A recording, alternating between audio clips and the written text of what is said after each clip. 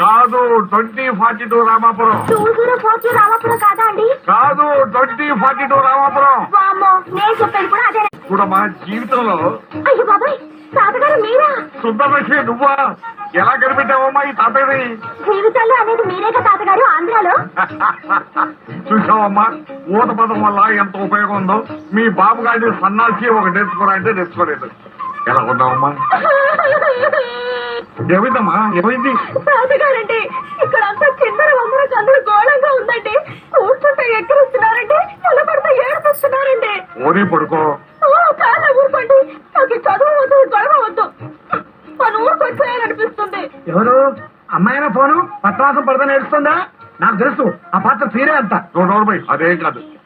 Hello, రాష్ట్ర అంత బాగుందా? సూపరా.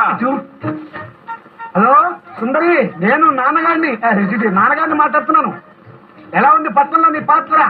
ఇదో పెద్ద రంగుల రాటం అండి, నాకు అస్సలు గిట్టట్లేదండి. మరేంటి మీ తాతయ్య సూపరు యూరియా ఫాస్ఫేట్ అంటున్నాడు? చూడు ఏంటన్న, దాన్ని చచ్చినా చదవద్దుట.